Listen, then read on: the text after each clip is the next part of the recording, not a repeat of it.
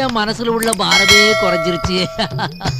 எதுக்குமே உணர்ச்சி வசப்படக்கூடாதுன்ற நான் உணர்ச்சி வசப்படவே வேண்டாம் சார். அதாவது பதறாத காரியம் சிதறாதுன்னு சொன்னான் பொன்மொழி கிராமத்தில். பதறிய காரியம் சிதறும்னா டென்ஷன், யாரை பார்த்தாலும் டென்ஷன். அது இது இப்போ மலிஞ்சு போச்சுங்க. எல்கேஜி படிக்கிறவனே சொல்கிறான், டேடி நான் ரொம்ப டென்ஷன் ஆகுறேன், கிட்ட வராத, அம்மாவோட அதிகமாக திட்டு வாங்குறான். இல்லை அன்னைக்கு ஒரு வீட்டுக்கு போகிறேன் சார், ஒரு சின்ன குழந்தை அழுதுன்னு வருது, அவங்க அப்பா ஓடுறான், ஏன்டா அழுற ஏன்டா, அம்மா அடிச்சுட்டு பான்னா. அப்பா என்னைக்காவது அழுது பார்த்துருக்கடா? எனக்கு அப்போ புரியல, வீட்டில் வந்து தான் யோசிச்சு பார்த்தேன் அவன் என்னதான் பதில் சொன்னான்னு. அந்த பதிலுக்குள்ளே எவ்வளோ ஆழமான சிந்தனை இருக்குதானே. வாழ்க்கை என்பது ரசிப்பதற்கும் அனுபவிப்பதற்கும் தான் கடவுள் கொடுத்துருக்குறான். அப்போ இந்த மறுபிறவி அது இதெல்லாம் அதெல்லாம் விட்டுதலுங்க. அது யார் கேட்டான்? போன பிறவியில் இருந்தவன் எவனா சொல்லியிருக்கான் இந்த பிறவியில் இருந்தேன்னு? இல்லை, நான் அது எனக்கு அதிலெல்லாம் நம்பிக்கை கிடையாது. என்ன ஒன்று, அடுத்த பிறவியில் எது தெரியுமா?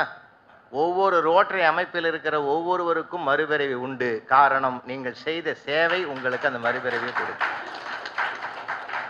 நம்முடைய பெயரை இன்னொருத்தன் சொல்கிறான்னா அதான் மறுபிறவி. பேரறிஞர் அண்ணாவுக்கு மறுபிறவின்னா உண்டு, உலகமே பாராட்டுது. பெருந்தலைவர் காமராஜர் சொல்லுதுன்னா, மகாத்மா காந்தி சொல்லுதுன்னா, ஈடுகட்ட முடியாத இணையற்ற ஒரு மகத்துவத்தை மனித சமுதாயத்திற்கு அவர்கள் செய்து நிலை பெற்ற புகழை உருவாக்கி இருக்கிறார்கள். புகழ் படைக்கிற பெருமைதான் மறுபிறவியினுடைய அடையாளம். நம்ம மறுபடியும் பிறப்போம், அதுவாக பிறப்போம், இதுவாக பிறப்போம், அது என்னமோ அவன் பிறப்ப நடத்துகிறான், அவன் பிறப்பு நம்ம ஏன் மண்ணு போடுவான் போட்டோம். மறுபிறவி, இந்த பிறவி கிடைத்தற்கரிய பிறவி. அரிது அரிது மானிடராய் பிறத்தல் அரிதுன்னா. காரணம் இன்னொன்று என்னென்னா, கால்களால் நடக்கிறது கால்நடைகள்னு பேர், காலால் நடக்கிற மனிதனுக்கு மனிதன்னு பேர். இது நமக்கு கால்நடைன்னு கிடையாது. நிறைய பேர் கால்நடையாக வாழறோம், அது வேறு விஷயம்.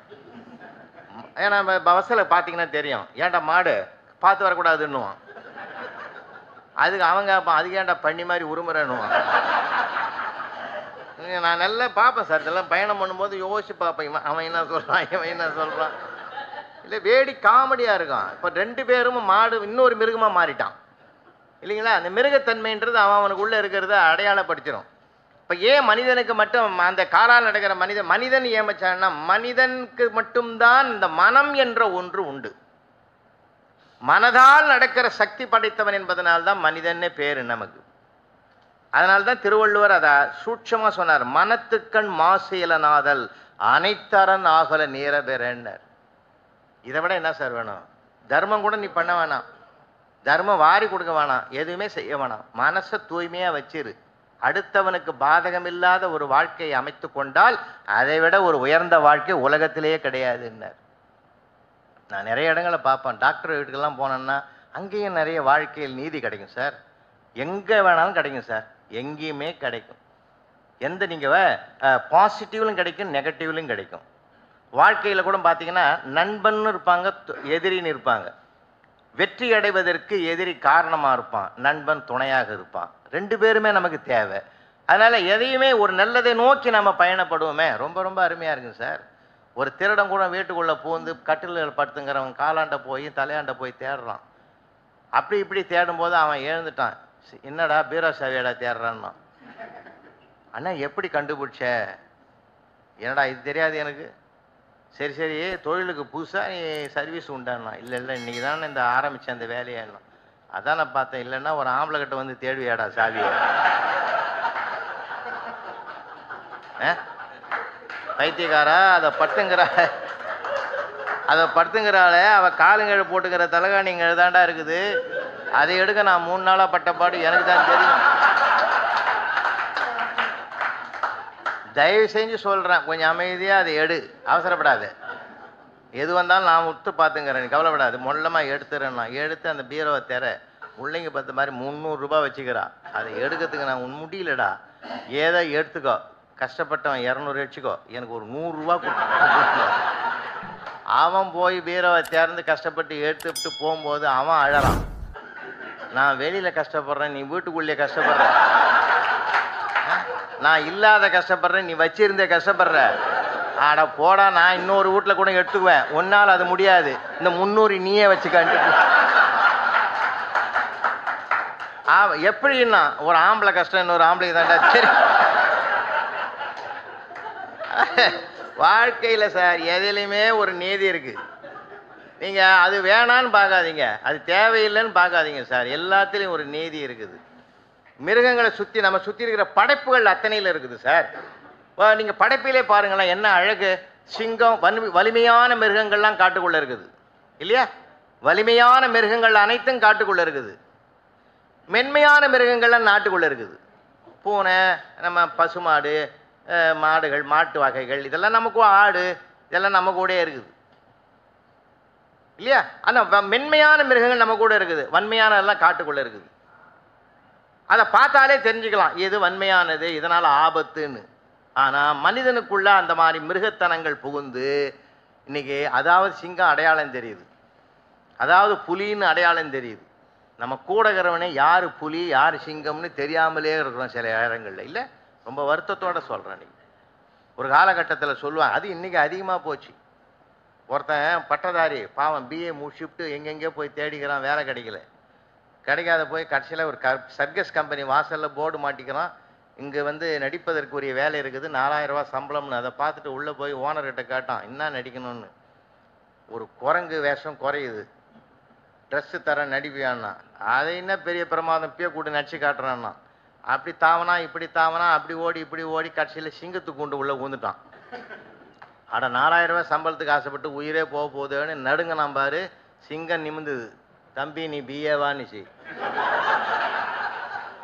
அண்ணேண்ணா டே நான் எம்ஏ படித்ததுனால சிங்க வேஷம் கொடுத்தான், நீ பிஏ படித்ததுனால உனக்கு கரடி இது குரங்கு வேஷம் கொடுத்துக்கிறான், கவலையே படாத. அதை கரடி இல்லாங்குது பாரு, அதெல்லாம் +2 ஃபெயிலு, 10th கீழே இருக்கிறதெல்லாம் நரிங்க.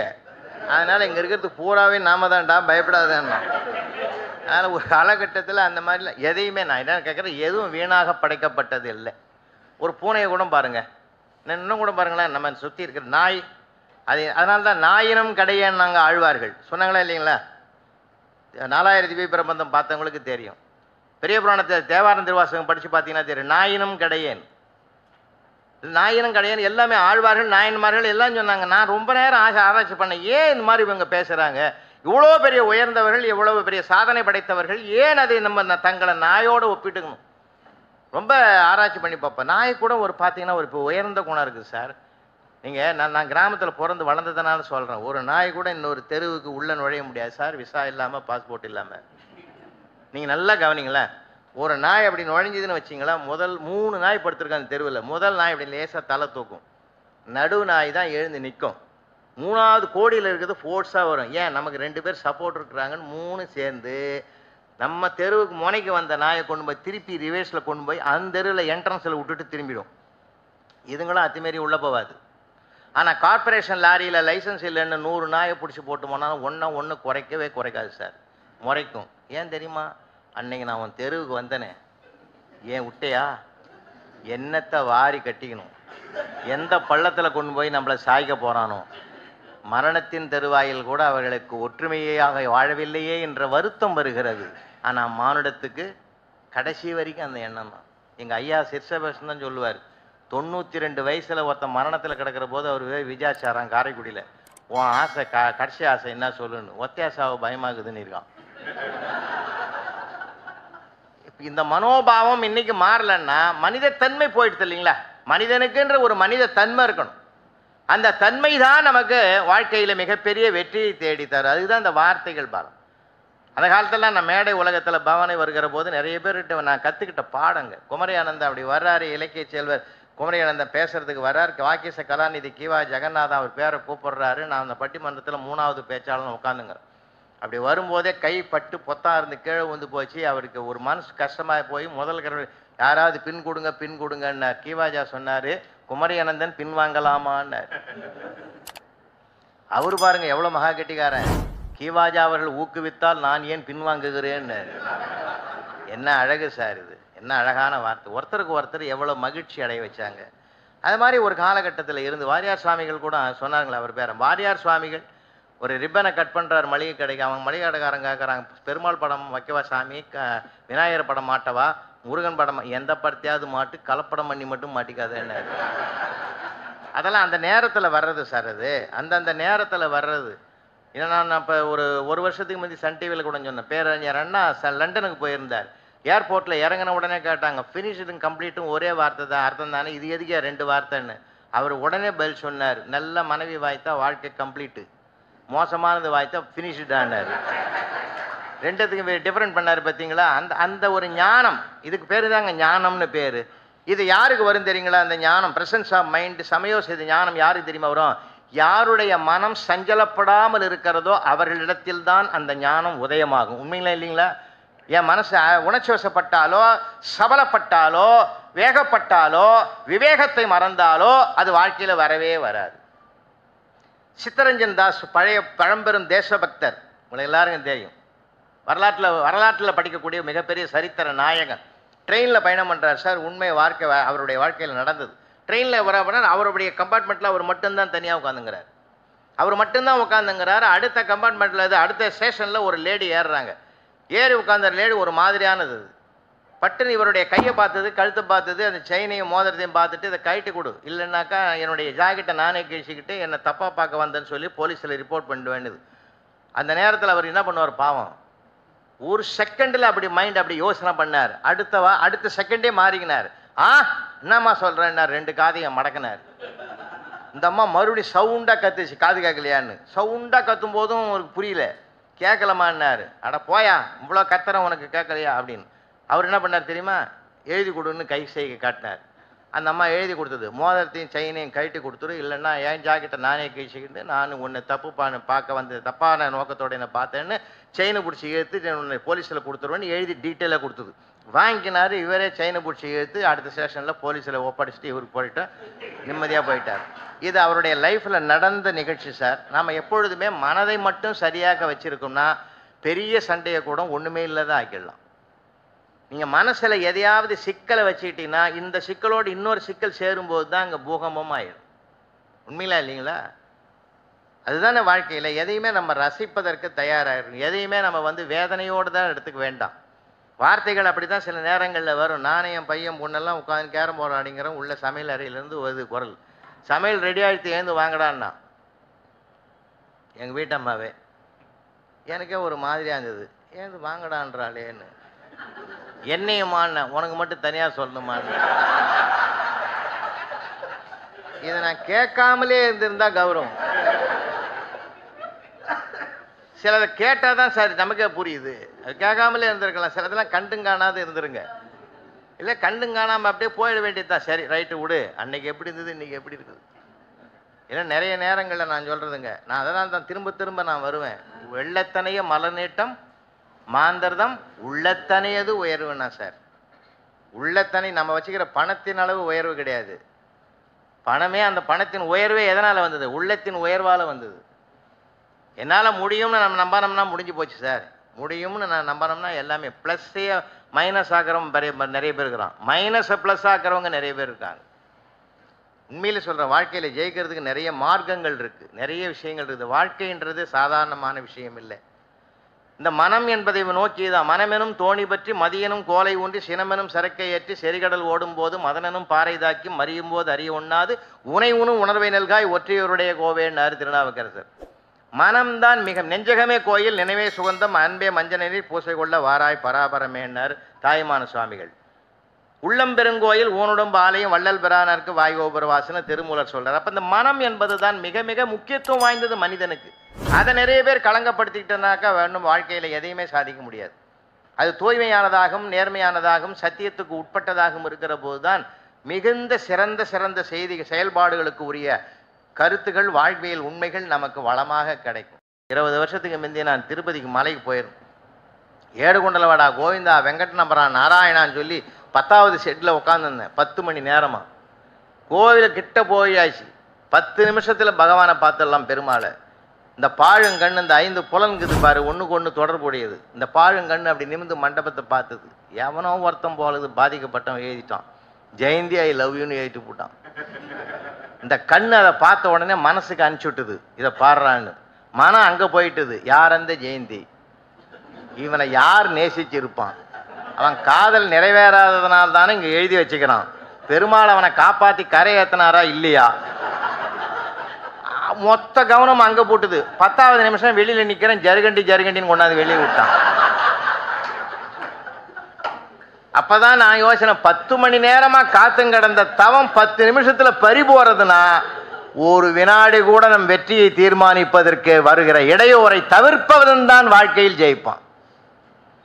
இல்லை நம்ம அதுவும் நம்ம செய்தியா எடுத்துக்கோமே, ஒரு லெசனா எடுத்துக்கோமே, பாடமா எடுத்துக்கோமே, எதையுமே ஒரு பாடமா எடுத்துக்கோமே சார். பாடமா எத்தனையோ வகையில பாடம் இருக்குது. அதனால்தான் பாரதி சொன்னா, இன்று புதிதாய் பிறந்தோம்னு மனசுல நினைச்சுக்கிட்டு போ, அப்பதான் எதையும் தாங்குவ நீ. எனக்கு என்ன வயசு, எனக்கு என்ன ஆள் தெரியுமா, நான் எவ்வளோ படிச்சிருக்கேன், அதெல்லாம் தூக்கி குப்பையில் போடு. அன்னன்னைக்கு ஒவ்வொரு பாடம் படிக்க வேண்டியிருக்குது. ஒவ்வொரு இடத்துலையும் படிக்க வேண்டியிருக்குது. ஒரு ஆஃபீஸில் ஒரு மேனேஜர் அடிக்கடி சூப்பர்வைசர் திட்டுவார்.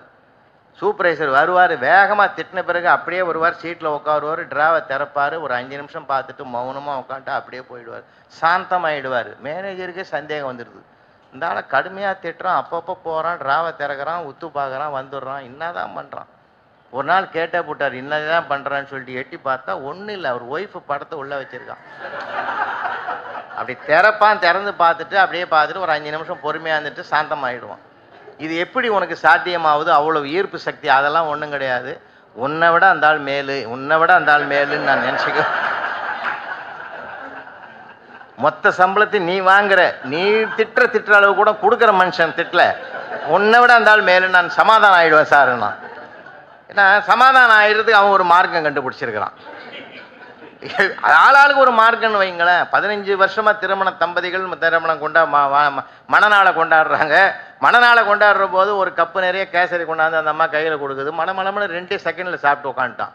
அந்த அம்மாவுக்கு ரொம்ப வருத்தம். மண்ணாளி தின்ற மாதிரி தெரிஞ்சிடா மனுஷனா நீ. ஒரு கல்யாண நாளில் என்ன அருமையாக இருக்குது, ருசியாக இருக்குதுன்னு ஒரு பாராட்டு சொல்லக்கூடாதா, வர வார்த்தை சொல்லக்கூடாதா? நான் எந்த அபிப்பிராயமும் சொல்லாமலே இருக்கிறேன். என்ன அவ்வளோ கஷ்டம்? அதெல்லாம் நான் அபிப்பிராயம் சொல்கிறது பார்த்துருக்கிறேன் என்னைக்காவது? 15 வருஷமாக நிறுத்திட்டேன் அந்த அபிப்பிராயம் சொல்கிறது. என்ன இன்னும் அவ்வளோ கஷ்டம் உனக்கு? நான் 15 வருஷத்துக்கு முந்தைய உன்னை பொண்ணு பார்க்க வந்தேன்ல. ஆமாம், அதுக்கு என்ன வாய மூடு, சொல்கிறத கேளு. அன்றைக்கி நானும் எங்கள் அம்மா அப்பா உட்காந்து சோபாவில் உட்கார்ந்து இதே மாதிரி தான் கேசரி கொண்டாந்து உங்கள் கையில் கொடுத்தேன். வாங்கி கொடுத்துட்டு நீ உள்ளே போட்ட சாப்பிட்னு இருக்கும்போது எங்கள் அப்பா கேட்டார், எப்பட்றான்னார். நல்லா இருக்குதுன்னு சொன்னேன். நான் சொன்னது கேசரிய. அந்த மனுஷன் உன்ன சொன்னார் நினைச்சு முடிவு பண்ணிட்டார். அன்னைக்கு வைராகியம் வச்ச இனி வாழ்நாள்ல அபிப்பிராயமே சொல்லக்கூடாதுரா, சொன்னா நீ மாட்டிக்குவ. அதனால நான் இன்னொருத்துல போய் மாட்டுறதுக்கு நான் தயாரா இல்லை. அவனுக்குள்ள அவ்வளோ ஒரு பெரிய சிக்கல் இருக்குதுன்னு அவனுக்கு அன்னைக்கு தான் வெளியிட்டான். எதையுமே மகிழ்ச்சியாக எடுத்துங்க சார், கலகலப்பாக எடுத்துங்க. அந்த அம்மாவே சிரிச்சுட்டுது. இந்த சிரமத்தில் தாக்குதலுக்கு உரியவர்களே சில நேரங்கள் தங்களை மாற்றிக்குவாங்க. அதை ஏன்? தாங்குகிற மனிதனுடைய மனோபாவத்தால். தாக்குதல் தாங்குதல் 2 இருக்குங்க. இன்னும் கூட சொல்கிறேங்க, வாழ்க்கையினுடைய உண்மையை ஒரு மகத்துவத்தை சொல்கிறோம். உயர்ந்த இடத்துல பாருங்கள், வெண்மேகம் உயரமான ஃப்ளைட்டில் போனவங்களுக்கு நல்லா தெரியும். கார் மேகம் கூட கீழே தான் இருக்கும், வெண்மேகம் மேலே தான் இருக்கும். ஃப்ளைட் மேலே இருக்கும். ஃப்ளைட்டு சில நேரங்கள் அதை ஊடுருவிட்டு போகும். அப்போ அந்த வெண்மேகம் ஒருபோதும் கீழே இறங்கிறதுக்கு வாய்ப்பே இல்லை. கார்மேகம் தான் கீழே இறங்கும். இறங்கி வருகிற கார்மேகம்தான் பூமியை செழிக்க வைக்கிறது, பூக்க வைக்கிறது. என்றால் கணவன் மனைவி இருவருள் யார் கார்மேகமாக மாறுகிறார்களோ அப்பொழுதுதான் அந்த வீடே பூத்து குலுங்குகிற மகிழ்ச்சிக்குரியதாக மாறுவதற்குரிய அம்சம் அங்கே கிடைக்கும்னா நாம நம்ம கார்மேகமாக மாற்றிக்கிறதுக்கு தயாராக இருப்போமே. ஏன்னா அவங்கள மாற்றுறது கொஞ்சம் கஷ்டம், நம்ம மாறிக்கலாம் இல்லை. உண்மையிலே சொல்கிறேங்க, ஒருத்தரை இறங்கி வந்தால் தான் அங்கே ஏற்றமே. வீடுன்னு சாதாரண நினைக்காதீங்க. வெளி உலகத்தில் கடுமையாக போட்டி போடுங்க. ஏன்னா போட்டி உலகம், ஜெயிச்சே ஆகணும். கடுமையான உழைப்பை முன்னிறுத்துங்க, கடுமையான ஒரு செயல்பாடுகளை வைங்க. ஆனால் வீட்டுக்குள்ளே தோற்பதற்கு தயாராகிற மனிதன் தான் வெற்றியாளனாக தீர்மானிக்கப்படுவான். அது யார்? அந்தம்மா தோற்கணும்னு நினைக்க வேண்டாம், நாமே தோற்றுருவோமே.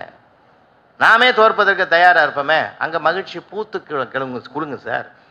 இல்லை இப்போ நாம கூட தான் எங்கன்னா புறப்படும் போதே கேட்பா, எங்கள் வீட்டில் உங்கள் எங்கே போகிறேங்க? ரோட்டரி கிளப்புக்கு பேச போகிறோம்மா. யார் கூப்பிட்டது? காயத்ரி மேடம் கூப்பிட்டாங்கம்மா. உனக்கு ஒன்றும் தெரியாது, அங்கே சபையிலேயே போய் கூப்பிட்டாங்க. இல்லைம்மா அவங்க தான்மா விரும்பி கூப்பிட்டாங்கம்மா, வாங்கன்னு கூப்பிட்டாங்கம்மா. அவங்களுக்கு ஒன்றும் தெரியாதுன்ட்டான்.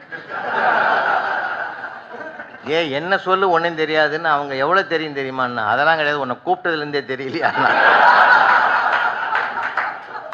பட்டிமன்ற விவாதமே அங்கே தான் சார். நான் பயிற்சியே அங்கே தான். நான் என்ன கேட்குறேங்க, ஒரு மகிழ்ச்சியாக எடுத்துக்கோமே. அதில் போய் இன்னும் ஒரு எதிரியானாவ ஆரம்ப காலகட்டத்தில் எதுவுமே பேச மாட்டாங்க. ஏன்னா லைஃப்ன்றது இன்றைக்கி அந்த அளவுக்காவது பேசுறதுக்கு வாய்ப்பு இருக்குதுன்னு சந்தோஷப்படுங்க. ஒரு காலகட்டத்தில் எப்படி இருந்ததுங்க, எப்படி இருந்தது எல்லாம் வீடுகள்லாம், இன்றைக்கி அதெல்லாம் காணாமல் போச்சு சார். நான் என்ன கேட்குறேன், உங்களெல்லாம் தயவு செஞ்சு வாழ்க்கையில் ஒரு நிம்மதி, ஒரு பெருமை, ஒரு சிறப்பு வரணும்னா ஒரு அரை மணி நேரமாவது சந்தோஷமாக கலகலப்பாக பேசுவோமே. அந்த பழக்கமே போச்சு சார். எல்லார் கையிலையும் செல்லு சார். இன்றைக்கி எல்லாம் வாசல்லேருந்தே செல்லில் பேசுகிறான், உள்ள பெட்ரூமில் இருந்தவங்க கிட்ட என்ன சமையல் ரெடி ஆகிட்டா, இது எழுந்து போய் உள்ளே கேட்கப்படாதா? ஃபேஸ் டு ஃபேஸ் பேசுகிற காலத்தில் சந்தோஷம் இருந்தது. அப்போ ஃபேஸ்புக்கில் பேசுகிற காலம். நீங்கள் நம்பணும், ஆஸ்திரேலியாவில் எங்கள் தம்பி பையன் இருக்கிறான் சார். அன்னைக்கு கேட்குறான், பெரியப்பா வாட்ஸ்அப்பில் இருக்கிறியா? இல்லைடா. ட்விட்டரில் இருக்கிறியா? இல்லைடா. ஃபேஸ்புக்கில்? இல்லைடா. சரி போனவை சண்டாளப்பாவி, நல்லா இருக்கிறேன்னு கட்சி வரைக்கும் ஒரு வார்த்தை கூட கேட்கல சார். இல்லை, என் மனசு எவ்வளோ கஷ்டப்படும். அந்த காலத்தில் போன இடத்துல நல்லா இருக்கிறீங்களா, எப்படி இருக்கிறீங்க, இதானே சார் முதல்ல கேட்பாங்க. இன்றைக்கி அது பயிற்சியே போச்சே, அந்த பழக்கமும் போச்சே சார். இல்லை, ரொம்ப வருத்தமாக இருக்குது. அந்த காலத்திலலாம் பார்த்தீங்கன்னா உண்மையில் ஊடகம்லாம் இல்லாத காலத்தில் ஒரு கணவன் மனைவிக்குள்ளே தகராறு வந்தால் கூட மனைவி லெட்டர் எழுதுவாங்க அப்பாவுக்கு. அப்பா இந்த ஆள் கண்ணாமலாம் திட்டாம்பா, அடிக்க வந்துட்டாம்பான்னு எழுதும். அது கிட்டத்தட்ட ஒரு 10 நாள் ஆகும் போய் சேர்றதுக்கு. 10 நாளுக்கு பிறகு அந்த கடிதம் கையில் கிடச்ச உடனே அவங்க அப்பா கையில் ஒரு மூட்டையை தூக்கின்னு வீட்டுக்கு வருவார். இது ரெண்டும் வாசலில் உட்காந்துன்னு கொஞ்சம் பேசின்னு இருக்கும். அந்த பொண்ணே கேட்க, என்னப்பா திடீர்னு வந்துட்டேன்னு கேட்கும். ஏய் கழுத, நீ தானே தபால் எழுதுன, வர சொல்லி இந்த மாதிரி இருந்தாலும் திட்டுறான் போனான், கை வாங்க வந்தான். ஆடா அது நடந்து எவ்வளோ நாளாகுதுப்பா, அதெல்லாம் சமாதானம் ஆகி அதுக்குள்ளே 2 சண்டை வந்து முடிஞ்ச ஆட போப்பா, அம்மாவுக்கு உனக்கு வராத சண்டையா, எவ்வளோ சமாதானம் ஆகிட்டுது சார். இப்போ அப்படி கிடையாது. சண்டை ஆரம்பித்தாலே அப்படி லைவில் போகுது. அங்கே செல்லு ஆன் பண்ணி வச்சுருது, அங்கெல்லாம் வந்து போகுது. அவன் பார்த்துவிட்டு நேராக அடியாளோட வரான். இல்லை, இன்றைக்கி வாழ்க்கை எப்படி மாறி போச்சு சார். ரொம்ப வருத்தமாக இருக்குது இல்லைங்களா? நிறைய இடங்களில் சொல்கிறேன். அதனால தான் சொல்கிறது, நான் டாஸ்மாக் போகிறவனு கூட நம்ம மாற்றிப்படலாம். 2 நாளைக்கு கஷ்டப்பட்டு அறிவுரை சொன்னால் மாறிடுவான். இந்த சீரியல் பார்க்குறவங்கள மாற்றவே முடியும். தாய்மார்கள் கோச்சிக்கப்படாது.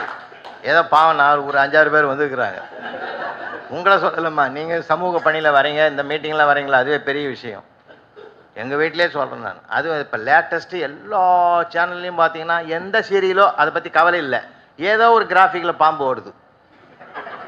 ஆமாம், எந்த அது பக்தி சீரியலாக இருந்தால் என்ன, சமூக சீரியல், அதே ஒரு பாம்பு வரணும். அந்த பாம்பை பார்த்துட்டு அது எதுவும் பார்த்தீங்கன்னா ராத்திரி 11 மணிக்கு வீட்டுக்கு போனீங்கன்னா நாகினி மாதிரி உட்காந்துங்குது. அது சரிப்படுத்துறதுக்கு போகிறவனுக்கு சரியாகுது நேரம். அதனால் வாழ்க்கையில் இன்றைக்கி இருக்கிற கரடு முரடைகள் நிறைய சார். இல்லை, அந்த காலத்தெல்லாம் எங்கள் பாட்டிலாம் நினச்சா ஒரு 5 நிமிஷத்தில் ரசம் வச்சு கொடுக்கும். என்ன மனமாக இருக்கும் தெரியுமா? தெருவே மணக்கும். இல்லை, தெருவே மணக்கும். இப்போ நான் பொண்ணை கேட்டேன், நான் அன்றைக்கி, அம்மா வெறும் சோறு தானே இருக்குது, எப்படா சாப்பிட்றது, கொஞ்சம் ரசம் வைடான்னு. வச்சிட்றம்பான்னு உள்ளே போனால் ஆளை காணோம். எங்கடானா கிச்சன்லேயும் ஆளை காணோம். கம்ப்யூட்டர் ரூமில் உட்காந்துங்குது. ரசம் அது கேட்குது. தக்காளி ரசமா, புளி ரசமா, பருப்பு ரசமா? இந்த தக்காளி ரசம்னு அழுத்துறா, அது கேட்குது. 1 நாளைக்கா, 2 நாளைக்கா, 3 நாளைக்கா? இவன் 1 நாளைக்குன்னு அழுத்துறா. மறுபடியும் கேட்குது, ஒருத்தருக்கா, 2 பேருக்கா, 3 பேருக்கா? நீ ரசம் வச்சு கிழிஞ்சுது போ. மகா கஷ்டம் சார். இப்போ எல்லாம் கருவி, டாக்டரை கருவி நம்பி தானே வாழறாரு. டாக்டரே கருவி நம்பி தானே சார் வாழறாரு. நீங்கள் டாக்டர் மருத்துவமனைக்கு போனால் கூட அங்கே ஒரு லெசன் இருக்குது சார். நீங்கள் கவனிங்க, அவசரப்படுறீங்க. நான் எத்தனாவது டோக்கன் தெரியுமா, அதெல்லாம் டோக்கனாவது உட்காருங்க கொஞ்சம் நேரம். அங்கே இருக்கிற வர்ற பேஷண்ட்டை கவனிங்க, ஆளாளுக்கு எப்படி இருக்கிறான்னு பாருங்களேன். அதுலேயே நமக்கு நோய் பாதி போயிடும். நிஜமாக சொல்கிறேன், அவன் அடிக்கிற கமெண்ட்ஸில் நமக்கு போயிடும், நோய் பாதி போயிடும் சார்.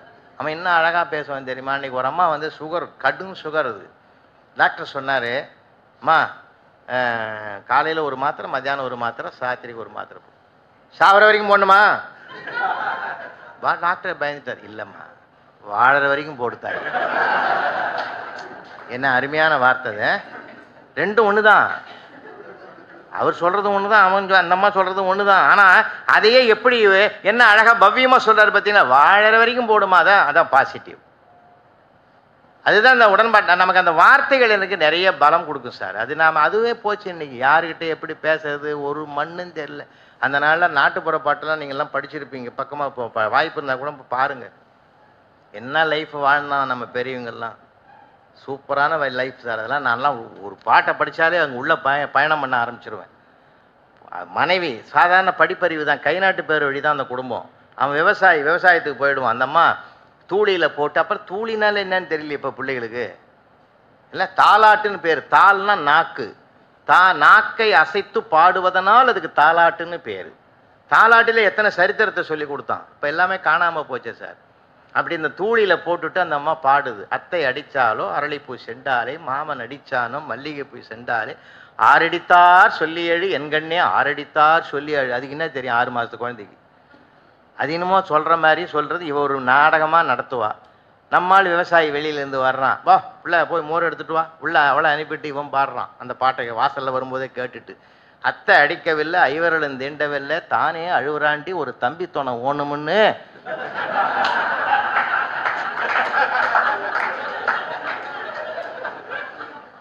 என்னம்மா அப்ளிகேஷன் போடுறான் ஐயா? நான் என்ன கேட்குறேன், இதுதான் சார் வாழ்க்கை, இதுதான் வாழ்க்கை. இல்லை என்ன ஒரு ஒரு அழகு அந்த நாட்டுப்புற பாட்டு நீங்கள் படிக்க படிக்க படிக்க தேனாக இருக்கும் சார், ரொம்ப அருமையாக இருக்கும் சார். நம்ம இன்னைக்கு எல்லாத்தையுமே இழந்துட்டோம். இரவு பெய்த மழையிலே ஈர மண்ணிலே மண் வீடு கட்டி விளையாடிய பெண் குழந்தைகள் இந்த மண்ணில் தானே சார் வாழ்ந்தாங்க.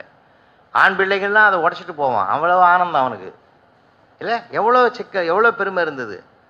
புல்லு விளையாடுவான், ஒரு கோவட்டு புல்லு, ஒரு சின்ன ஒரு புல்லை வெட்டிட்டு அதுலேருந்து ஒரு பெரிய கொம்பை வச்சு புல்லு விளையாட்டுன்னு பேர் அதுக்கு. இப்போ புழுவேல் விளையாடுறான். புல்லு விளையாடும் போது கொஞ்சம் ஒரு ஆரோக்கியம் இருந்தது, இப்போ ஆயுள முடியுது. இல்லை ரொம்ப வருத்தத்தோடு சொல்கிறேங்க. நிறைய இருந்ததுங்க, நிறைய இயற்கையோடு இருந்தான் ஒரு காலகட்டத்தில். இன்றைக்கி எல்லாமே செயற்கையில் நோக்கி நம்ம பயணம் படும்போது பல சிக்கல்கள் நிறைய இருக்குது. அதனால் வாழ்க்கையில் நம்ம இந்த கருவிகளுக்கு கூட கொஞ்சம் ஓரமாக வச்சுடுவோம். கருவிகளை கூட கொஞ்சம் கருவிகள் மயக்கம் இன்றைக்கி அதிகமாக இருக்குது சார். அப் டு டேட் இன்றைக்கி எத்தனை வருது, அட்வான்ஸாக என்ன வருது. இந்தியாவில் தான் இன்றைக்கி பார்த்தீங்கன்னா 75 கோடி மக்கள் இந்த செல்ஃபோனை பயன்படுத்துகிறாங்கன்னு ஒரு சர்வே சொல்லுது. உலகத்தில் வேறு எங்கேயும் அதிகமாக பயன்படுத்தலையா சார்? நம்ம தான் அதிகமாக பயன்படுத்துகிறோம். அதிகமாக பயன்படுத்துகிற போது சிந்தனை வளங்கள் குறைஞ்சி போகுது. அப்போல்லாம் அந்த மாதிரிலாம் இல்லைங்க. ஒரு காலகட்டத்தில் வாழ்க்கையினுடைய மகிழ்ச்சி எங்கெங்கேயோ தேங்கி கிடந்தது, இன்றைக்கி அதெல்லாம் இல்லைங்க. அதனால் வாழ்க்கையில் நம்ம மகிழ்ச்சியை மீண்டும் கொண்டான்னா ஒருத்தரும் முகத்தை ஒருத்தரும் பார்த்து ஒரு ஈகோவை முதல்ல நம்ம தவிர்த்துட்டாலே வாழ்க்கை ரொம்ப சுகமான பயணமாக இருக்குது. வீட்டுக்குள்ளே போயிட்டு சம்சாரத்துக்கிட்ட நிறைய பேர் போட்டி போடுவோம், நான் யார் தெரியுமான்னு. அந்த மாதிரி சொல்லுவோம், நீ யாருன்னு எனக்கு இப்போ அதை தெரியணும். என்னைக்கு தாலி கட்டி அன்னையிலேருந்து தெரியும் உட்காரு. பெரிய ஐஏஎஸ் ஆஃபீஸராக இருந்தால் கூட ஆனால் உட்காரியா நீனும். நீங்கள் நாம் நினைக்கிற வெளியில் சல்யூட்லாம் அட்டிக்கிறேன்னு வீட்டுக்குள்ளே போய் பாருங்கள் அந்த ஆள் கதியை. இல்லை மகா கஷ்டப்படுவான். இன்னும் சில பேர் பார்த்தீங்கன்னா உண்மையிலே சொல்கிறேங்க, நிறைய தர்மங்களே மாறி போச்சே. ஒரு காலத்தில் தர்மத்தை பற்றி சொல்லி கொடுத்து தர்மம் உபதேசித்த நாடுகளில் முதல் நாடு நம்ம இந்தியா தான். ராமாயண மகாபாரதம் மாதிரி சார். உலகத்தில் பைபிள் பெரிய நூல் இல்லை சார். பகவத்கீதை கூட, அதாவது பகவத்கீதையை உள்ளடக்கி இருக்கக்கூடிய மகாபாரதம் தான் உலகத்தில் மிகப்பெரிய காவியம். உலகத்தின் மிகப்பெரிய காவியம் ஒன்று உண்டென்றால் அது மகாபாரதம் தான். அதுக்கு அடுத்தது தான் மற்ற நூல்கள் எல்லாமே அதுக்கு பிறகு தான் வரக்கூடியது. அவ்வளோ பெரிய நீதி நூல்களை நம்ம பெற்ற மண் இந்த மண். இன்னைக்கு என்ன ஆச்சு, அவ்வளவும் தலைகிழகுது. உண்மையிலே இல்லைங்களா? 10 சதுரத்தை முடிச்சு ரோட்டை தாண்டி காஞ்சிபுரம் போகிற ரோட்டில் ஒருத்தன் வீட்டை கட்டிட்டு சுற்றி வரான். என்னடா அண்ணன் உணர்ச்சி வசப்பட்டு கட்டிட்டேன், இடம் தான் எவன் தெரியலன்னா. இப்போ இவனை நாம் என்ன பண்ண முடியும்? இல்லை அந்த காலத்தில் திண்ணை வச்சு கட்டினான் சார். வலது பக்கம் ஒரு திண்ணை, இடது பக்கம் ஒரு திண்ணை கிராமத்தில். அதுக்கு பிறகு தான் மெயின் டோர் இருக்கும். மெயின் டோருக்குள்ளே தான் அவன் இருப்பான். திண்ணை ரெண்டும் காலியாக இருக்கும். ஏன் அந்நியர் அயலூர்லேருந்து யாராவது வந்தால் அவன் தங்கிறதுக்கு யாரையா வாய்ப்பு கொடுப்பான் என்று மனித நேயத்தை மையப்படுத்தி அது 2 திண்ணை வச்சான். இப்போ யாராவது வைக்கிறோம் நாம? இதை ஒரு கூட்டத்தில் ஒரு சொல்லிவிட்டு தான் அதால் ஒரு திண்ணை வைப்போம், புலவர் பேச்சை கேட்டுன்னு வச்சுவிட்டு 11ஆவது நாள் அனர்த்தமான சண்டை நடக்குது கோர்ட்டில். என்னடாண்ணா 10 நாள் அவன் தங்கினவன் தாசில்தார்கிட்ட பட்டா வாங்கிட்டுக்கிறான்.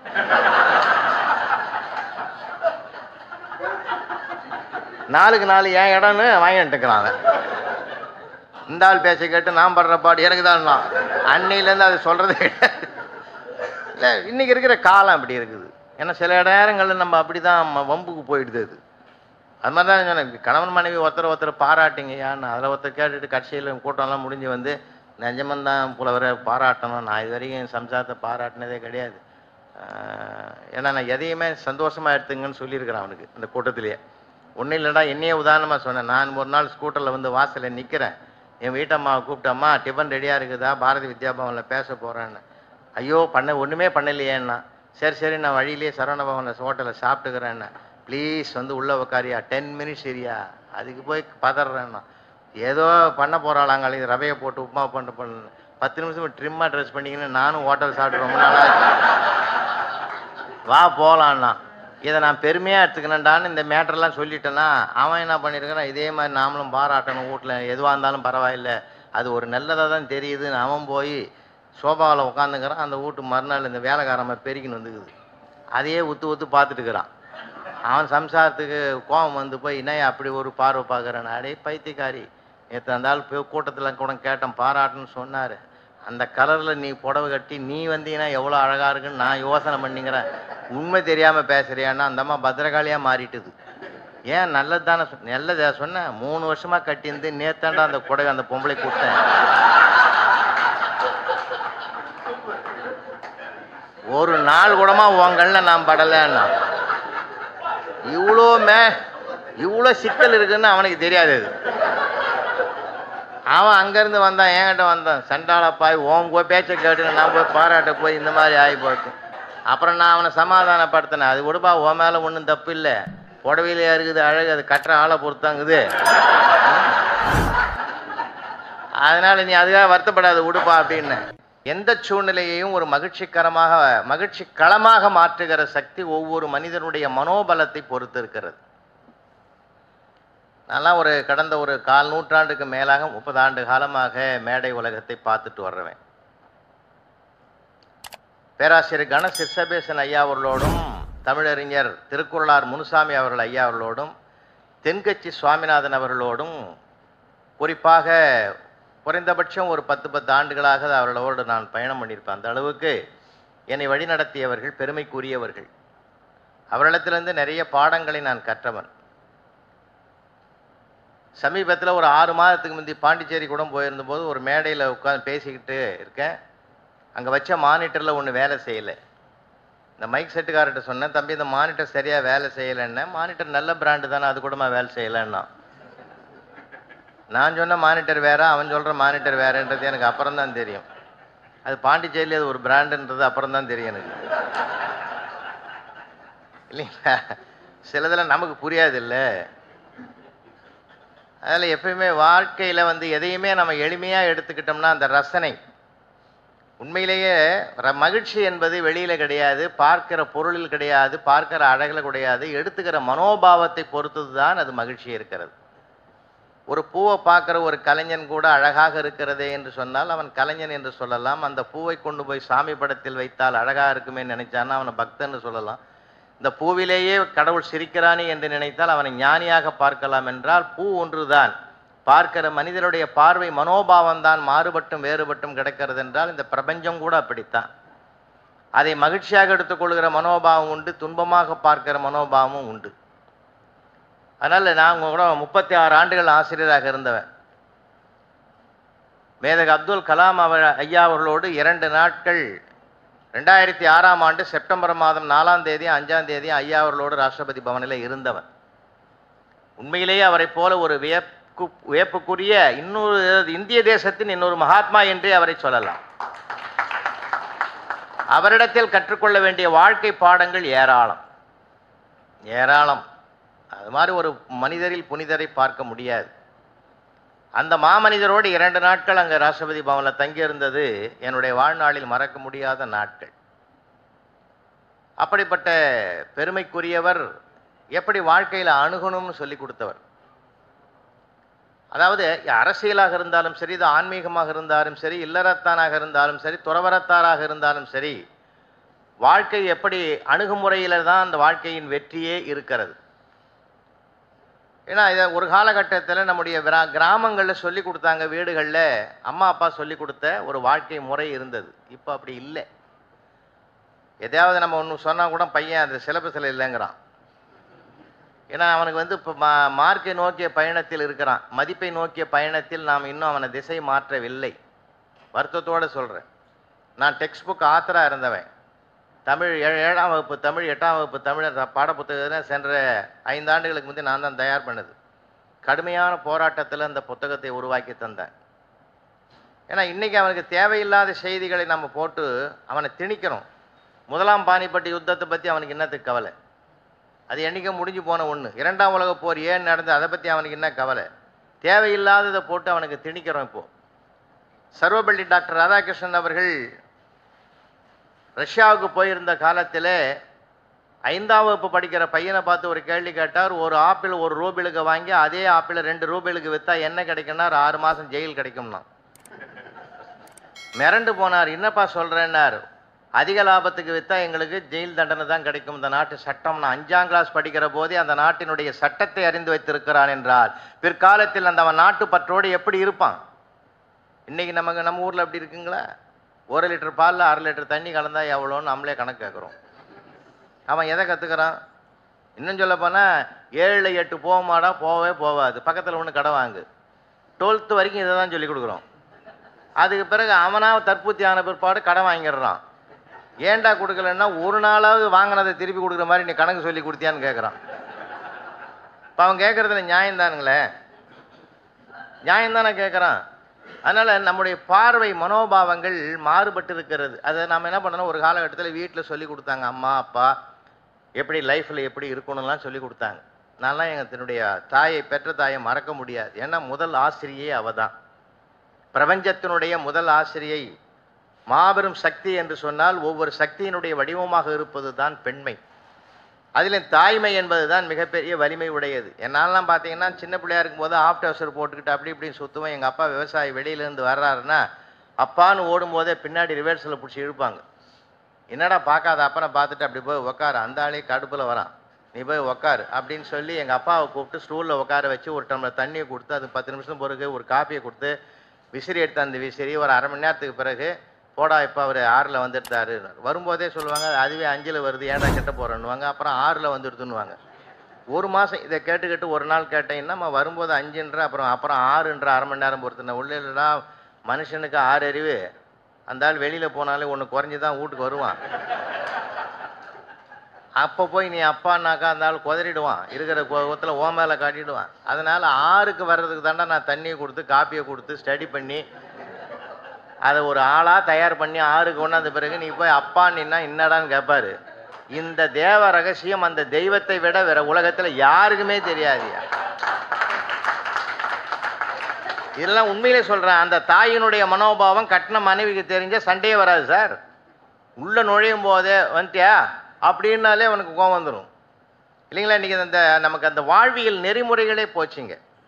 தாத்தாவும் பாட்டியும் கதை சொன்ன மண்ணுங்க அந்த மண் இல்லைங்களா? கதை சொல்லி நெறிப்படுத்தினாங்க சார். நான்லாம் நிறைய கதை கேட்டிருக்கிறேன். இப்போ யார் கதை சொல்கிறாங்க? அவங்கவுங்க கதையே பெருங்கதையாக இருக்குது இல்லை? அன்றைக்கி கூட ஒரு பையன் கேட்குறான் அம்மாவை, நான் ஏற்கனவே ஊடகத்தில் சொல்லியிருந்தால் நினைவுபடுத்துகிறேன். அம்மா கிட்ட கதை கேட்குறான், நான் வாழ்ந்த கதையை சொல்லுவேன், வளர்ந்த கதையை சொல்லுவேன். 2 கதையும் எனக்கு தெரியும், எத்தனை தடவை கேட்குறதுன்னு அவன்.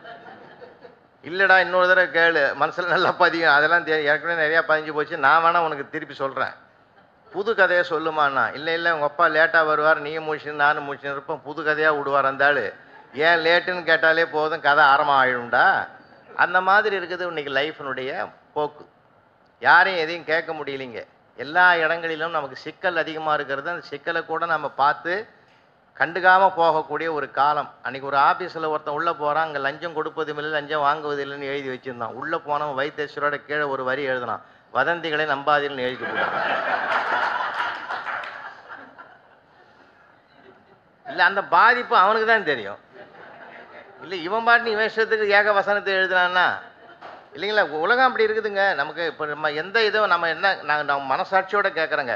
சம்பாதிக்கிறதுக்குரிய கல்வியை கற்றுக் கொடுக்குறோமே தவிர அவன் வாழ்வதற்குரிய கல்வியை நம்ம கற்றுக் கொடுத்துருக்குறோமா? இன்றைய காலகட்டத்தில் இல்லை சார். தயவு செஞ்சு அவன் அம்மாவை நேசிக்கல, அப்பாவை நேசிக்கல, தாத்தாவை நேசிக்கல, அம்மாவை அப்பாவை நேசிக்காத போது அப்புறம் தாத்தா பாட்டி எங்கே நேசிக்க போகிறோம் இல்லைங்களா?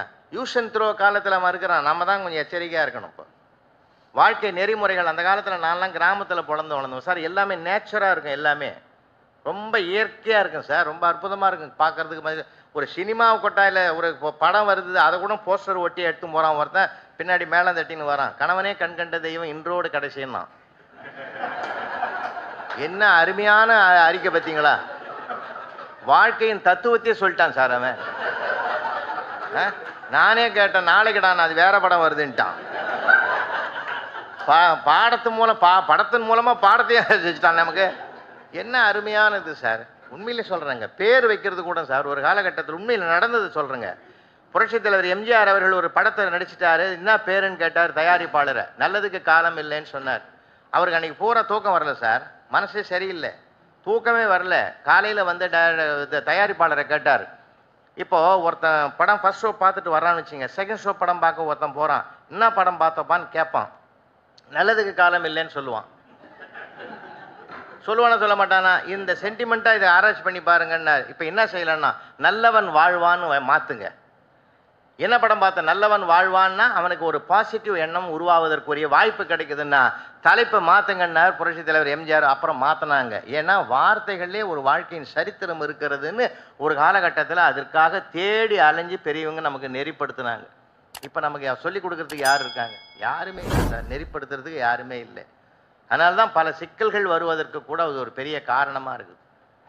எல்லா இடங்களிலுமே, எல்லா இடத்துலையுமே அப்படி இருக்கு சார். இலக்கிய செல்வர் குமரி ஆனந்தன் நானெல்லாம் ஒரு கூட்டத்தில் கலந்துக்கிட்டோம் சார்.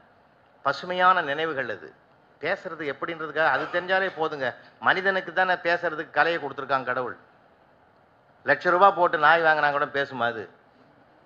அது பேசுறதுக்கு வாய்ப்பே இல்லை. அதுக்காக எவ்வளோ பேர் கொஞ்சம் அன்னைக்கு போனால் அண்ணா நகரில் ஒரு நண்பரை பார்க்கலான்னு போனேன். ஒரு நல்ல மனிதர் மடியில் நாயை உட்கார வச்சுன்னு என் ஜிம்மி, என் பட்டு, என் செல்லம் ஆத்தரன்றார். ஏதோ ஒரு உடம்பு செல்ல பொழுது டானிக்கு ஊற்றுறது. அது வாயே திறக்கலை. அந்த ஆள் டென்ஷன் ஆகி தூக்கி போட்டு உடச்சிட்டான். அப்போ அது இறங்கி போய் எப்படி சாப்பிடணுமோ அப்படி சாப்பிட்டு போட்டுது. ஏன்னா நான் என்ன கேட்குறேன், நீ இயற்கையான ஒரு குணத்தை மாற்ற முடியுமா? அது என்ன சொன்னால் கேட்குமா? அது இப்படி தான் செய்யணும்னா அதுக்கு என்ன இயல்பா அதுபடி போகணும். முதல்ல அது திறந்து ஊற்றிருந்தான்னா அது பாட்டு நான் சாப்பிட்டு போயிருக்கும். அதுக்கு ஒரு போராட்டத்தை வச்சு இல்லை, தலைகீழ் விகிதங்கள் இயற்கையானது மனிதனுக்கு கொடுத்துருக்கிற கொடை சார். தயவுசெய்து சொல்கிறேன், உண்மையிலே சொல்கிறேன். இயற்கையான கொடை தெரியுமா? நமக்கு மிகப்பெரிய கிடைத்தற்கரிய மிகப்பெரிய கோடி கொடுத்தாலும் கிடைக்காத செல்வம் சிரித்து மகிழ்வது மட்டும்தான் மனிதனுடைய மிகப்பெரிய சொத்து. அதையே நம்ம வீட்டில் இப்பெல்லாம் காணாமல் போச்சு. குழந்தைங்க சிரிச்சா கூட அம்மா கத்துது, அங்கே என்ன சிரிப்பு வாழுதுன்னு. வாழறது தான் மனுஷன் சிரிக்கிறதே. அதனால தான் சொன்னேன், பஸ்ஸில் பயணம் பண்ணாலும் சரி, ட்ரெயினில் பயணம் சொன்னாலும், எங்கே போனாலும் சரி, கொஞ்சம் நேரம் ரிலாக்ஸ் ஆகுமே. அங்கே கூட நம்ம எல்லா ஆளுமே சீரியஸாக உட்காந்துங்கிறோம். யாரையும் பேசுகிறதே கிடையாது. அப்படியே முறைச்சி பார்த்துனே வர்றது. நான் ஒருத்தரும் ஒன்றும் இல்லை. ஒரு ட்ரெயினில் ஏறி உக்காந்து என்னமோ ஒரு வார்த்தை கேட்டேன். எங்கே போகிறீங்கன்னு கேட்டேன். இவ்வளோதான் கேட்டேன். நான் எங்கே போனால் உனக்கு என்ன என்ன உனக்கெல்லாம் பதில் சொல்லணுமா?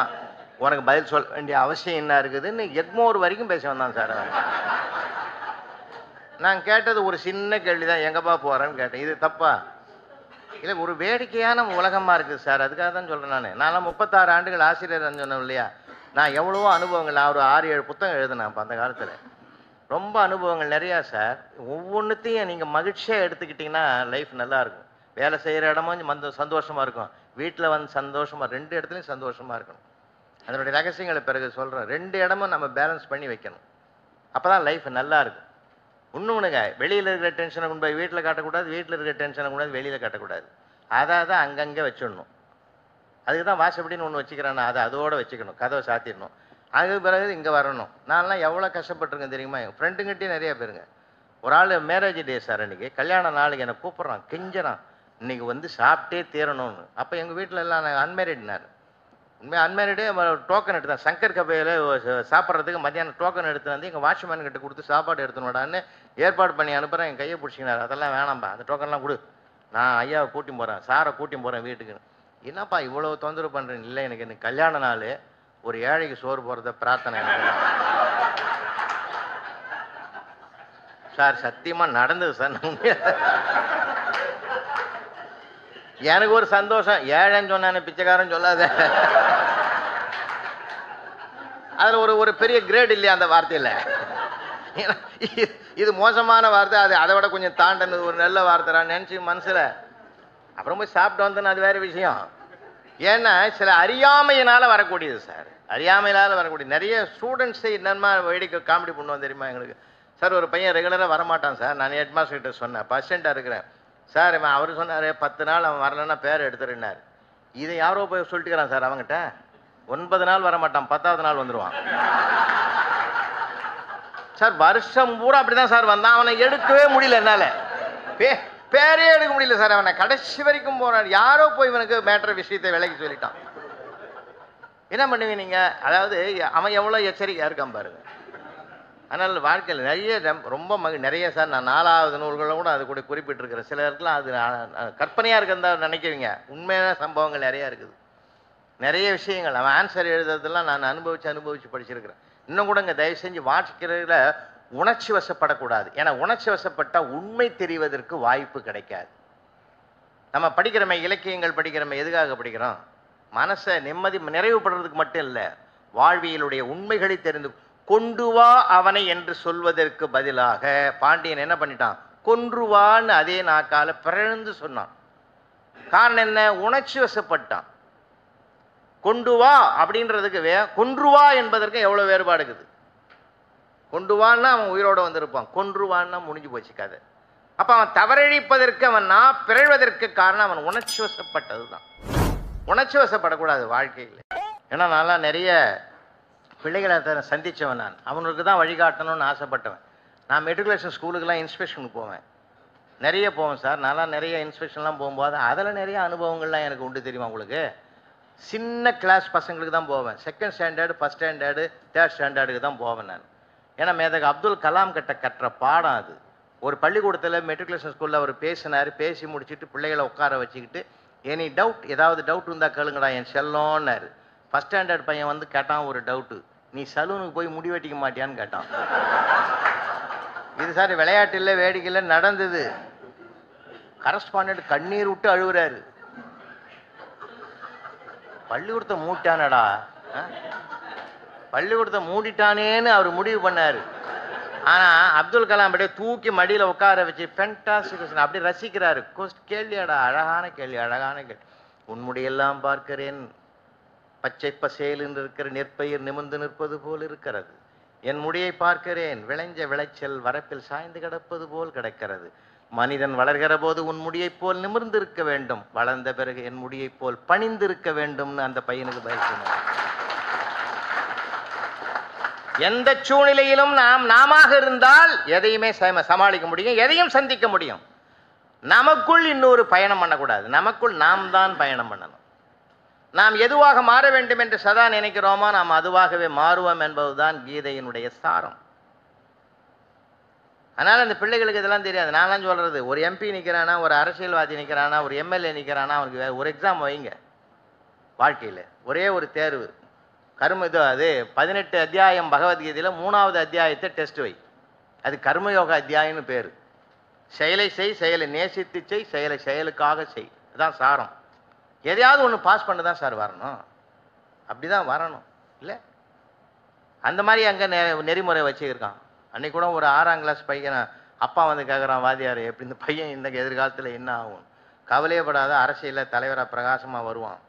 6வது படிக்கும்போது எப்படியா கண்டுபிடிச்சேன்னா, எந்த கேள்வி கேட்டாலும் நெஞ்சு வலிக்குதுன்னு பெஞ்சில் படுத்துக்கிறான்.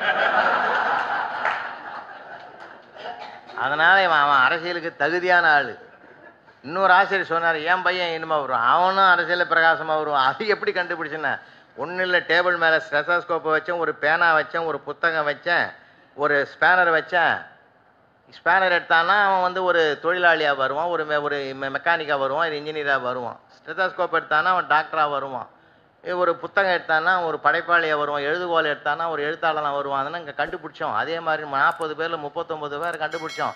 ஓம்புள்ள 4ஐயும் சேர்த்து தூக்கி போனான். அதனால் இவன் அரசியலில் தலைவராக தான் வரணுமே தவிர வேறு வழியே கிடையாது நாங்கள் முடிவு பண்ணோம்னு.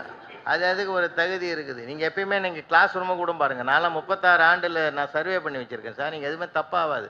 40 பேர் 4 ரோவில் உட்காந்தானா ஃபஸ்ட் ரோவில் 10 பேர் இருப்பான், சின்சியராக இருப்பான். பிளாக் போர்டு, வாத்தியார் முகம், பேனா, நோட்டு, இதை தவிர அவன் பார்வையே கிடையாது, ஒன்றும் தெரியாது. அதெல்லாம் பிற்காலத்தில் ஐஏஎஸ், ஐபிஎஸ். செகண்ட் ரோலாம் பார்த்தா கொஞ்சம் நெளியும் அப்படி இப்படி பார்க்கும். அதெல்லாம் வந்து இன்ஜினியர், டாக்டர், வக்கீல், அந்த பக்கம் பெரிய பெரிய கரஸ்பாண்டன்ட்டு, பிரின்சிபால், இந்த மாதிரி. 3rd ரோலாம் பார்த்தீங்கன்னா இந்திய சென்ட்ரல் கவர்மெண்ட், ஸ்டேட் கவர்மெண்ட் அத்தனை ஜாப்லையும் ஃபுல்லாக வந்து உட்காந்துக்கும். 4th ரோ மாப்பிள்ளை பெஞ்சினே பேர், அது கவலைப்படாத பெஞ்ச் அது. அவன் எப்பயும் கலகலன்னு தான் இருப்பான். ஏன்னா 3 ரோவும் தொந்தரவும் பண்ண மாட்டான். ஏன்னா பிற்காலத்தில் எம்எல்ஏ எம்பி அவன் தான் வரான். ஏன் அன்றைக்கே சிரிக்கிறான்னா, வாங்கடி 3 பேர் என்கிட்ட தான் கியூவில் நிற்கணும். உங்கள் ஃபைலில் நான் கையெழுத்து போட்டால் தான் வேலையே நடக்கும். அவன் அன்னைக்கே முடிவு பண்ணிடுறான். அதனால் யாரும் திறமையில்லாதவர்கள் பிரபஞ்சத்தில் படைக்கப்படுவதில்லை. அது ஒன்று ஞாபகம் வச்சுங்க. அப்போ அந்த அந்த எழுத்துக்களை எளிமையான மனோபாவம் நமக்கு வாய்க்க பெற்று விட்டால் தனி மனிதன் வாழ்க்கையில் ஜெயிப்பான். பெருந்தலைவர் காமராஜர் அதுதானே சார் செஞ்சார். அவரை மாதிரி ஒரு மனிதாபிமானத்தினுடைய ஒரு பார்க்க முடியுமா? அது மாதிரி பார்க்க முடியுமா சார்? நான் அடிக்கடி அவருடைய வாழ்க்கையில் நான் ரொம்ப வியந்து போனது உங்களுக்கு தெரிஞ்சிருந்தால் நான் நினைவுபடுத்துகிறேன். லிஃப்ட் ஆப்ரேட் பண்ணுற லிஃப்ட்டுக்குள்ளே சட்டமன்றத்துக்கு போகிறார். ஆப்ரேட் பண்ணுற பையன் அழுகுறான். சார் போங்க சார், உங்களை உள்ள உலகமே போகிறது, ஒன்றால் நான் கஷ்டப்பட போகிறேன்னா. என்னால் நீ என்னடா கஷ்டப்பட போகிறேன்னாரு. நீ போட்ட ஜீவோவில் எனக்கு வேலை போக போகுதுன்னா. என்னடா ஜீவோ போட்டாங்க, என்ன விஷயம் விளக்கி சொல்கிறான்னாரு. அதெல்லாம் ஒன்றும் இல்லை, இந்த லிஃப்ட் ஆப்ரேட் பண்ணுறதுக்கு 10th 10வது கிளாஸ் படிச்சிருக்கணுமா, குவாலிஃபிகேஷன் வச்சு போட்டாங்க. நான் 8th தான் படிச்சிருக்கிறேன், எனக்கு வேலை போக போகுதுன்னா. இருந்தாலும் அவர் என்ன பண்ணார், மனசு கெட்டு போயிடுச்சு. அப்படியே வந்துக்குது ஜீவோன்னு போய் சம்மந்தப்பட்ட ஐஏஎஸ் அதிகாரியை கூப்பிட்டார். ஆமாம், போன வாரம் தான் ஜீவோ வந்து. அட பித்துக்குழி பசங்கள் இப்படியே சொன்னேன். பித்துக்குழி யார் நீ என்னையா படிச்சிருக்கிற? பொத்தான அழுத்தினா மேலே போகும்போது, பொத்தான அழுத்தினா கீழே வரும்போது, இதுக்கு எதுக்கே 10வது, அது 8வது பட்சம் அழுத்தினா ஏறாது, அது இறங்காத. அட போயா, இந்த ஜீவோ கிழிச்சு போடு. அவனாவது 8th படிச்சிருக்கிறான், நான் அது கூட படிக்கல. நாளைக்கு என்ன கேட்க மாட்டான். நான் 8வது படிச்சவனே வேலையில் விட்டு வந்துட்டேன்னா இருந்தாலும் எதுவுமே படிக்காத சிஎமாகிறான்னு கேட்டால் நான் என்னையா பண்ணுறது? அவனை வச்சு தன்னை ஒப்பிடுறாரு சார் அவர். இந்த மாதிரி ஒரு இறங்கி வந்து பார்க்குற பார்வை யாருக்காவது உண்டா? யாருக்காவது உண்டா சார்? எவ்வளோ பெரிய மகாத்மா காந்தி நீங்களாம் நினச்சிங்க ரொம்ப சீரியஸாக அவர் எப்பயுமே ராம பஜனை தான் பண்ணி கிடப்பார், அகிம்சா. அவர் எவ்வளோ ஹியூமரஸ் தெரியுமா? எனக்கு மட்டும் சிரிக்க தெரியவில்லை என்றால் எப்பொழுதோ தற்கொலை செய்து கொண்டிருப்பேன்னு எழுதியிருக்கார் சதீஷ் சோதனையில். அவர் எவ்வளோ பெரிய ஹியூமரஸ் தெரியுமா? சபர்மதி ஆசிரமத்தில் விருந்து நடக்கும் தினம், மத்தியானத்தில் அப்படியே ரவுண்டு வருவார் காந்தி. அவர் அங்கே ரூல்ஸ் என்ன தெரியுமா? இலையில எது வச்சாலும் இலையை தவிர சாப்பிடணும், வேறு அங்கே வைக்கவே கூடாது. அவ்வளோ பயப்படுவான் அவன் சாப்பிட்றவன் பூரா. அன்றைக்கி ஒரு வெள்ளைக்காரன் வந்து உட்காந்துட்டான், ஆங்கிலேயன் வந்து உட்காந்துட்டான். இந்த சர்வ் பண்ணுறவன் போய் மகாத்மா காந்தியை கெஞ்சுறான். சுவாமி என்ன தெரியுமா ரூல்ஸ்? அது வேப்பலை அரைச்சி, வேப்பலையை பியூர் வேப்பலையை அரைச்சி, அது உப்பு கிடையாது, காரம் கிடையாது, தாளிப்பு கிடையாது, எதுவுமே கிடையாது, அப்படியே ஒரு உருண்டை வைக்கணும். அதையும் எல்லாம் சாப்பிட்டாலும் கம்பல்சரி சாப்பிட்டாகணும். அந்த மாதிரி கசப்பு உள்ளே போனால் எதிர்ப்பு சக்தி வரும்னு அவர் அன்றைக்கே கண்டுபிடிச்சி வச்சு தான் அதை வச்சார், டெய்லி ஆகாரத்தில் வச்சார். நம்மால் என்ன பண்ண, அந்த ஆங்கிலேயன் வைக்கும்போது சொன்னான் அந்த சர்வரு, அவனுக்கு பிடிக்குமோ பிடிக்காத சாமி, அவனை மட்டும் விட்டுருவோமேன்னாரு. ரூல்ஸ் படி நடப்போ அப்படின்ட்டார். அவனுக்கும் ஒரு உண்டை வச்சார் க்ரீன் கலரில். அவன் என்ன பண்ணான், கூட்டு காய்கறி பொரியல் அப்பளம்லாம் சாப்பிட்டுட்டு இதையும் தொட்டான் பாரு, இது டோட்டலாக கசக்கு, எல்லாத்தையும் கசப்பாக்குது. அவன் டெக்னிக்காக சிந்திப்பான்ல, சரி இதை முதல்ல சாப்பிட்ருவோம், அதுக்கு பிறகு ஒன்று ஒன்றா சாப்பிட்டா இதனுடைய உண்மையான டேஸ்ட்டு நமக்கு கிடைக்கும்னு சொல்லி ஒரு உருண்டையை தூக்கி அப்படியே உள்ளே போட்டு முழுங்கிட்டான். காந்தி 2வது ரவுண்டில் பார்த்துட்டார். சர்வ் பண்ணுறவனை கூப்பிட்டார். பிடிக்காதுன்னு அந்த ஆளுக்கு பிடிக்காதுன்னு சொன்னேன். அவன் கொஞ்சம் கொஞ்சமாக சாப்பிட்றான், இருந்தாலும் முழுசுன்னு சாப்பிட்டான் பாரு. இன்னும் கொஞ்சம் வையினார். இப்போ இந்த ஆளால அவனுக்கு 2வது தண்டனை இல்லை. நம்ம அதே படிக்கும்போது தான் சார் தெரியுது, அவருடைய ரசனை தெரியுது. அவருக்கு எவ்வளோ ரசனை இருக்குது பாருங்க, எவ்வளவு ரசனைங்க அது. இந்தாங்க வாழ்க்கையில் ரசனை. எத்தனை கோடி இன்பம் வைத்தாயுங்கள் இறைவா இறைவா. ரசனை என்பது ஒவ்வொரு மனிதனுக்குள்ளே இருக்குது. நாம் எதையுமே பார்க்குறது, சினிமா கூட கடமையான்னு பார்க்குறோம், எப்போ முடியும் போய்ப்போ கேட்பான். அது பாவம் எல்லாத்தையும் மறந்து உட்காந்து பார்க்கும். இன்னும் தோண டேய் பையனை கூப்பிட்டு இந்த 10 நாள் எழுப்பிட்டு இங்கே உட்காந்து உட்காரு, எப்போ பார்த்தாலும் எப்போ முடியும். அங்கே கூடமா போய் டூர் போங்கன்னு ஒரு குடும்பத்துக்கெலாம் நான் ரொம்ப குடும்ப மீட்டிங்கில் பேசுவேன். இப்போ ஜாயின்ட் ஃபேமிலி எல்லாமே போச்சு, அது வேறு. பாரதி வித்யாபவனில் அப்படி தான் ஜாயின்ட் ஃபேமிலியை பற்றி 2 மணி நேரமாக பேசி, ஒரு சாஃப்ட்வேர் இன்ஜினியர் பையன் வந்து, நான் கூட ஜாயின்ட் ஃபேமிலிலாம், வீட்டுக்கு போய் பார்த்தா அவன் ஒய்ஃபும் சேர்ந்து இருக்கிறது ஜாயின்ட் ஃபேமிலின்றான். நான் சொன்னேன், இது இல்லைடா ஜாயின்ட் ஃபேமிலி, அம்மா அப்பா தாத்தா பாட்டி உறவுகள்லாம் சேர்ந்து இருக்கிறதாடா ஜாயின்ட் ஃபேமிலி, நீங்கள் 2 பேரும் இருக்கிறதாடா ஜாயின்ட் ஃபேமிலி. இல்லை நாங்கள் ஜாயிண்டாக தானே இருக்கிறோம்மா. நல்லா இருக்கணும். அவனுக்கு அதுவே விளக்கம் தெரியல இப்போ. இல்லை எல்லாமே போச்சு சார், எல்லாமே போச்சு. எல்லாமே பாடத்திட்டத்தில் இருந்தால் தான் மார்க்குக்காக படிக்கலாம், பாடத்திட்டத்தில் இருந்தால் தான் படிப்பான் போலுக்குது. இதெல்லாம் லைஃப் சொல்லி கொடுக்கல நாம் நிறைய விஷயங்கள். நான்லாம் எங்கள் பாட்டிக்கிட்ட கேட்போம், பாட்டி உன் கல்யாணம் எப்படி நடந்தது? அது ஏன்டா கேட்குறேன், உன் பாட்டை முகத்தை நிமிந்து பார்க்கறதுக்கு எனக்கு 4 வருஷம் ஆச்சு. அதுக்குள்ளே உங்கள் ஒப்பனையும் சித்தப்பனும் பிறந்துட்டான். என்ன ஆனந்தமான வாழ்க்கையா. 4 வருஷம் ஆச்சு நிமிந்து பார்க்கறதுக்கு அந்த ஆளை.